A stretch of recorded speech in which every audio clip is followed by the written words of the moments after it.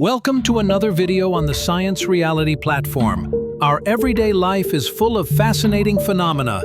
I believe you've already seen this particular one many times, but you've probably never stopped to think about what's behind it and how it works. And that's exactly why you're watching this video. Today, we'll look at a phenomenon you can observe not only in the kitchen while cooking, but also in the metallurgical industry, laboratories, and even in some extreme sports or experimental technologies. Let's start with a bit of imagination. A warning. Never try this on yourself. Never. Imagine a person with a wet hand. For a fraction of a second, they dip it into molten metal, which is many times hotter than the boiling point of water. And nothing happens to them. You might think this is some kind of magic trick, but it's not. It's a simple physical phenomenon. A similar effect can also be observed at home with an ordinary frying skillet.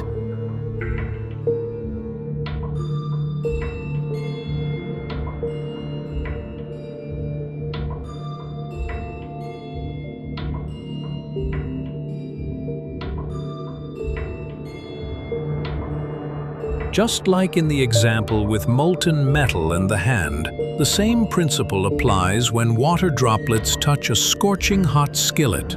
At first glance, it might seem logical that when a drop of water hits a very hot surface, it would immediately evaporate. However, as you can see in this video, something quite different happens. The question is, what's really going on? Is it some kind of magic? No. The answer is the Leidenfrost effect. The Leidenfrost effect is named after the German physician Johann Gottlob Leidenfrost, who described it back in 1756 in his work A Tract About Some Qualities of Common Water. This phenomenon describes the behavior of a liquid, most commonly water, when it comes into contact with a surface whose temperature significantly exceeds the boiling point of that liquid. If the skillet had only a slightly higher temperature than 100 degrees Celsius, the water drop would quickly and evenly evaporate. But if the surface is hot enough, somewhere between 200 and 300 degrees Celsius, the droplet won't immediately evaporate, but will seem to float and dance on the surface. What's going on here? What's really happening? When a liquid comes into contact with an extremely hot surface, the bottom layer of the droplet instantly turns into vapor. This vapor forms a thin insulating layer under the droplet, preventing direct contact between the water and the surface and isolating the transfer of heat between the water molecules and the hot surface. Take a look at this graph. It shows how heat transfer changes with temperature between the water and the hot surface. Beyond 100 degrees Celsius, we can observe a decrease in heat transfer. This starts approximately somewhere between 200 and 300 degrees Celsius. This can only be explained by the fact that the droplet is sitting on its own vapor, almost like on an air cushion. The temperature at which heat transfer drops and vapor forms under the droplet is called the Leidenfrost point. But how does this look in practice? A droplet of water sitting on a layer of hot vapor during the Leidenfrost effect has a typical flattened shape. From above, it looks almost round, but if you look at it from the side, you'll notice it's not a perfect sphere. The bottom of the droplet is slightly curved upwards. The droplet literally floats on its own vapor layer, which acts as insulation. It looks like some kind of protective layer. Water vapor slowly evaporates from the volume of the droplet. This vapor causes the droplet to be buoyed up because it keeps it lifted above the hot surface. So the droplet never comes into direct contact with the hot surface or any other hot object. This results in the droplet appearing to dance or slide across the surface. The vapor layer significantly slows down heat transfer. This means the droplet evaporates much more slowly than we would expect at such high temperatures. But that doesn't mean it never evaporates. As we've mentioned, water vapor escapes from the volume of the droplet. Even though the droplet gradually shrinks, its lifetime is much longer than if it were in direct contact with the surface. The vapor is constantly renewed, coming from the very volume of the droplet itself. That's why the droplet eventually disappears. When you immerse a hot metal object, you'll see how the metal becomes surrounded by a layer of water vapor. This is also the Leidenfrost effect. Even though you now understand what's happening to the droplet and how it works, there's still one question left: the shape of the droplet.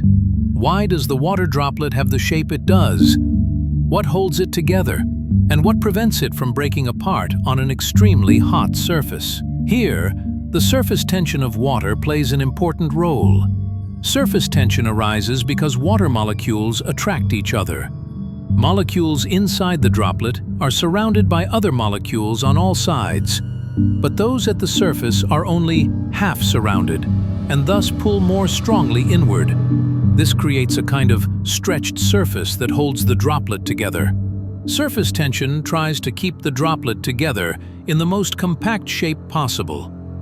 While the vapor under the droplet pushes upwards, surface tension keeps the droplet intact and minimizes its contact with the surrounding environment. That's why the droplet has a characteristic flattened shape with a gently curved bottom. Without surface tension, the droplet would break into smaller parts, and the Leidenfrost effect wouldn't work the way we know it. In this image, if you look carefully, you can notice that the droplet gently pulsates, vibrates, or oscillates. These oscillations occur because vapor escapes unevenly from different parts of the droplet.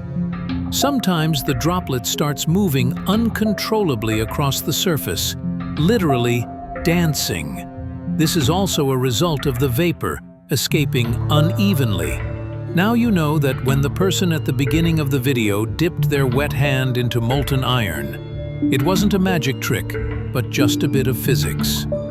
Just like with the water droplets on a hot pan. The Leidenfrost effect as we know it is an interesting and fascinating phenomenon.